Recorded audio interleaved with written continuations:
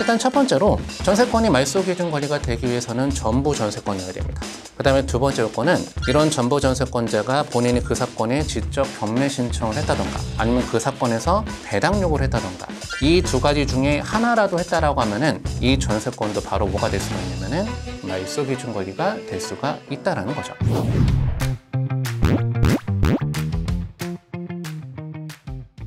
자, 그 다음으로 전세권에 대한 권리 분석을 여러분들하고 한번 같이 공부해 보도록 하겠습니다. 일단 이 전세권이라고 하는 권리의 권리 분석을 배우기 앞서서 이 전세권이라고 하는 권리가 어떤 권리인지 그 내용부터 여러분들하고 한번 알아보고 넘어가도록 하겠습니다. 이게 말이 전세권이라고 되어 있다 보니까 우리가 오해를 할 수가 있는 게 전세 계약을 체결했을 때만 전세권을 설정할 수가 있나 보다 이렇게 오해를 하실 수가 있는데 그게 아니라 전세권이라고 하는 권리는 전세 계약을 체결했든 월세 계약을 체결했든 자신이 그 체결한 임대차에 대한 권리를 등기부 등본에 설정할 수 있는 권리를 전세권이라고 얘기를 합니다.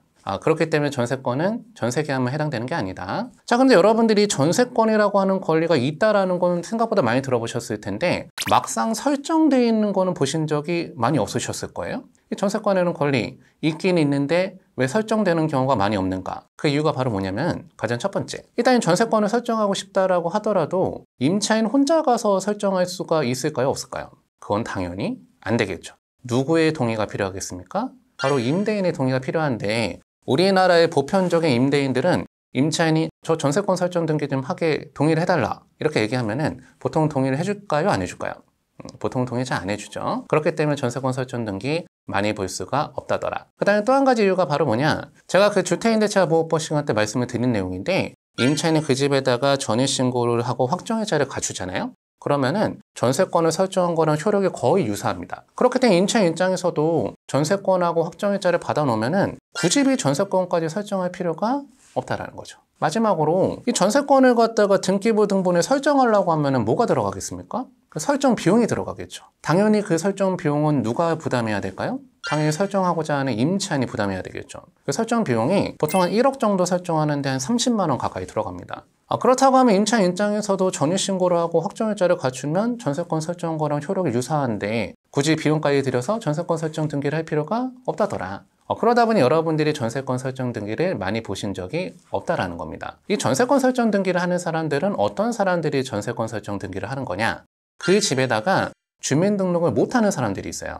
그런 사람들이 설정하는 걸 전세권 설정 등기라고 얘기를 합니다. 여기서 굉장히 중요한 포인트 중에 하나가 아까 전에 여러분들이 공부하셨을 때 말소기준 권리가 될 수 있는 권리는 크게 봤을 때 4가지가 있었잖아요.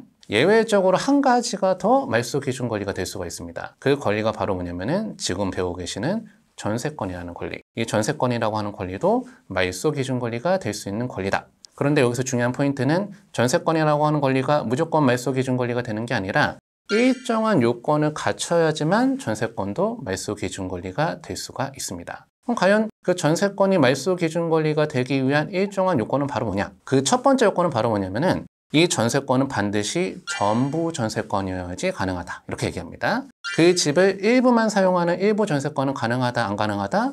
가능하지 않다. 그럼 여러분이 생각하셨을 때는 당연히 어떤 집을 비워서 쓰면은 전부를 비워서 쓰는 거지 일부만 비워서 쓰는 사람이 어디 있습니까? 이렇게 생각되실 수도 있지만 생각보다 그 집에 일부만 비워서 쓰는 사람들 많죠? 대표적으로 어떤 집? 여러분들 많이 들어보셨던 쉐어하우스 이런 거 있잖아요. 그 집에 방 한 칸만 비워서 쓰는 사람들, 그 일부만 비워서 쓰는 사람들이 있단 말입니다. 그런 일부 전세권은 말소기준 권리 될 수가 있다, 없다? 말소기준 권리 될 수가 없다라고 하는 거죠. 요즘에 그 젊은 층에서는 이 쉐어하우스라는 게 굉장히 인기가 많거든요.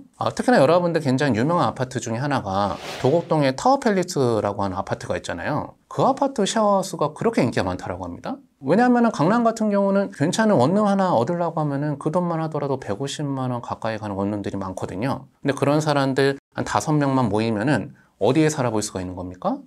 타워팰리스에 살아볼 수가 있는 거잖아요. 다른 모임 같은 데 나가서는 내가 이제 어디 산다라고 얘기하는 겁니까? 나 타워팰리스 산다 이렇게 얘기하는 거죠. 그런 게 좀 중요한 사람들이 있더라고요. 그렇죠? 그래서 이제 그렇게 쉐어하우스를 이용하는 일부만 사용하고 있는 그런 주택 같은 경우 일부 전세권은 말소기준 권리가 될 수가 없다. 또 한 가지, 어떤 다가구 주택이 있어요. 한 6세대 정도 되는 다가구 주택이라 한번 얘기를 해보죠. 그 다가구 주택에 임차인이 101호를 갖다가 임대차 계약 체결하고 그 101호를 전부를 사용하고 있습니다. 그 다음에 그 101호 전부에다가 전세권을 걸어놨어요. 과연 이 전세권은 전부 전세권으로 볼 수가 있을까 없을까 하는 문제입니다. 여러분 어떻게 생각하십니까? 이 사람은 전부 전세권자가 아니다 이렇게 얘기를 합니다. 그 이유가 바로 뭐냐면 이 건물이 무슨 건물이기 때문에 다가구 건물이기 때문에 만약에 이 건물이 다세대 건물이었다라고 하면은 이 사람 전부 전세권자로 인정받을 수가 있어요.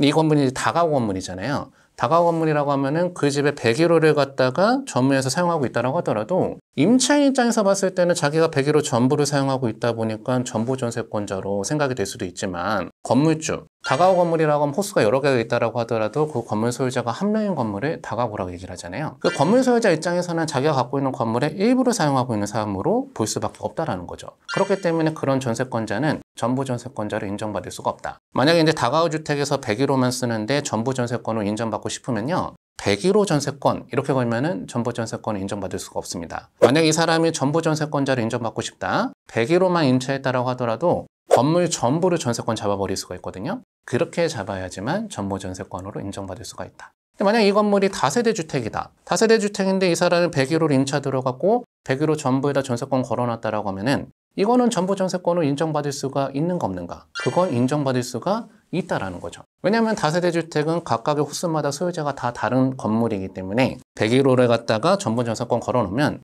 그 사람 소유에 있는 재산 전부에다 전세권 걸어놨다 볼 수가 있기 때문에 그렇습니다. 그러니까 보통 우리가 전부 전세권을 만나는 거는 어떠한 건물이 있을 때 그 호수마다 각각의 소유자가 다 다른 건물, 그런 건물을 뭐라고 얘기하냐면은 집합 건물이라고 얘기를 합니다. 보통 전부 전세권은 그런 집합 건물에서 많이 만나볼 수가 있다. 일단 첫 번째로 전세권이 말소 기준 권리가 되기 위해서는 전부 전세권이어야 됩니다. 그 다음에 두 번째 요건은 이런 전부 전세권자가 본인이 그 사건에 직접 경매 신청을 했다던가 아니면 그 사건에서 배당 요구를 했다던가 이 두 가지 중에 하나라도 했다라고 하면은 이 전세권도 바로 뭐가 될 수가 있냐면은 말소 기준 권리가 될 수가 있다라는 거죠. 그렇기 때문에 여러분들이요, 전세권이 가장 먼저 설정되어 있는 사건들 있잖아요. 그런 사건들은 이 전세권이 말소 기준 권리가 될 수가 있는 전세권인지 말소 기준 권리가 될 수가 없는 전세권인지를 판단하셔서 권리 분석을 하셔야 올바른 권리 분석이 되실 수가 있겠습니다. 자, 그럼 사례를 몇 가지 한번 살펴보도록 하겠습니다.